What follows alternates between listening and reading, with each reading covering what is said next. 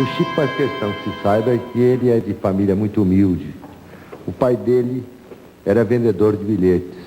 E quando estava se aproximando do fim, estava próximo a deixar a terra, ele disse ao Chico: olha, meu filho, por ocasião de Natal, Ano Bom, desses grandes prêmios da Loteria Federal, você não deixe de comprar um bilhetinho, porque eu vou tentar parar a roda. Agora você continua. De fato, o caso é um caso tocado de humor. De início, devo explicar que isso não significa qualquer desdouro à memória de meu pai, porque ele foi, para mim, o melhor amigo. Ele era pai de 15 filhos, 2 famílias, 9 da primeira família, 6 da segunda, e nos tratava a todos na condição de um grande companheiro que nos queria ver muito alegres e muito animados para viver e para trabalhar. Então podemos rir, porque eu sei que ele, tendo conhecimento no mundo espiritual do que eu vou contar, ficará satisfeito e se rirá também muito conosco, porque meu pai era muito alegre neste mundo e continua também muito contente e muito otimista no outro. Mas em 1939 atravessávamos um período de muita dificuldade em nossa família. Muitas lutas, morte de irmão que nos deixava a viúva com 2 órfãos, 6 crianças menores, 3 não muito menores, mas também ocupando a nossa atenção, e meu pai e eu trabalhando. Meu pai era um homem muito arrojado para facear os tropeços da vida, mas, não tendo muitas letras, ele teve muita dificuldade em prosseguir no emprego que ele ocupava no ano de 1925. Então, desde essa data, sentindo muita dificuldade para sobreviver como trabalhador, ele se entregou à profissão de cambista. Vendia bilhetes de loteria e vendeu bilhetes de loteria por mais de 30 anos consecutivos. Mas em 39 meu pai caiu em estado grave, com um reumatismo muito renitente. Esse reumatismo impôs a ele uma certa paralisia durante algum tempo. Nessa ocasião, as 2 pessoas que trabalhavam em casa éramos ele e eu. Mas não conseguíamos muita coisa além dos 200 mil réis antes do cruzeiro. De modo que os médicos aconselharam que ele usasse um tipo de injeções que naquele tempo eram chamadas de injeções de ouro. Eu não sei classificar do ponto de vista de farmacologia o termo exato, mas cada injeção custava naquele tempo 150 mil réis. Ele era obrigado a usar 2 por mês. Então, o nosso numerário dava mais ou menos para as 2 injeções e ficamos atrasados com as despesas da família durante quase um ano, porque as injeções restituíram a ele a saúde ainda por muito tempo.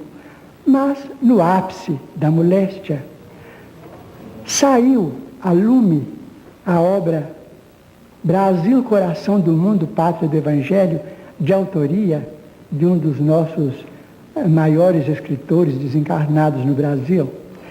E amigos de Belo Horizonte chegavam em nossa casa comentando o êxito do livro, porque o livro estava sendo muito bem aceito. Meu pai ouvia tudo aquilo com muita curiosidade. Então, um dia, ele estava sem poder manejar as mãos nem as pernas, até que as injeções de ouro o restabeleceram. Então, aquele banho, aquele movimento de de arranjo no leito, era feito, esses movimentos eram feitos por nós, ele e eu, a sós.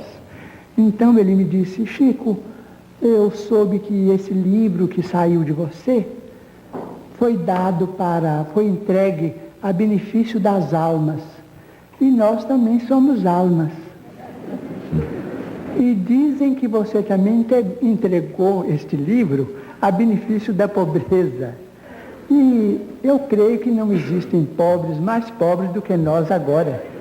E você podia agora arranjar um livro para nós ganharmos algum dinheiro, porque nós estamos muito atrasados no armazém.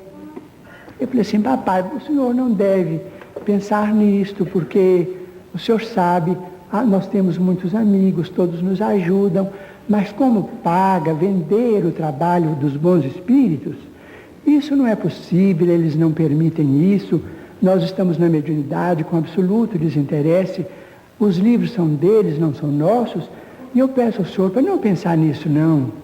E o senhor não fica preocupado com isso não, porque as suas filhas, minhas irmãs e os filhos, nossos pequenos, vão crescer, isso tudo vai melhorar, nós todos vamos trabalhar. E na hora da dificuldade nós todos devemos, mas depois pagamos. E os nossos amigos de Pedro Leopoldo são sempre boníssimos, eles vão nos ajudar, os nossos credores. Eu disse: mas meu filho, você não pode receber um tostão destes livros. Eu falei assim: como paga meu pai, não posso receber. Ele então disse: meu filho, então, seus espíritos estão muito atrasados. Isso é gente que já morreu há muitos mil anos, no tempo que nada tinha preço. E meu pai, que não entendia bem de literatura, nem deste mundo nem do outro, me disse assim: imagina que eles são tão antigos que em vez de eles assinarem Manuel, eles assinam Emanuel. Isso é gente do Egito, é gente que não conheceu rádio, que não conheceu preço de feijão, porque eu acho que esses espíritos, se eles são caridosos, deviam ter dó de nós. Então eu fiquei assim um pouco constrangido, porque de fato era meu pai, aquela queixa dele era uma queixa de um doente, que eu não podia transmitir a ninguém, não é? Então ele viu que eu fiquei assim muito triste, com os olhos cheios d'água e tal, mas ele era muito bom. Então, falou comigo assim: olha, eu não vou te acariciar porque minhas mãos não estão funcionando. Mas não fica triste com o que eu falei, não. Segue para frente com seus livros, com seus espíritos. Porque eu vendo bilhete de loterias e, naturalmente, que breve eu vou partir para outro mundo. E eu, a hora que morrer, meu filho, vou parar a roda para você. Quando for no mês de junho, no mês de dezembro, você compra o bilhete da Loteria Federal, que eu vou parar a roda ou as bolas para você ganhar. Então até hoje eu compro, não é? Não é brincadeira. Mas eu creio em meu pai, quem sabe é lícito.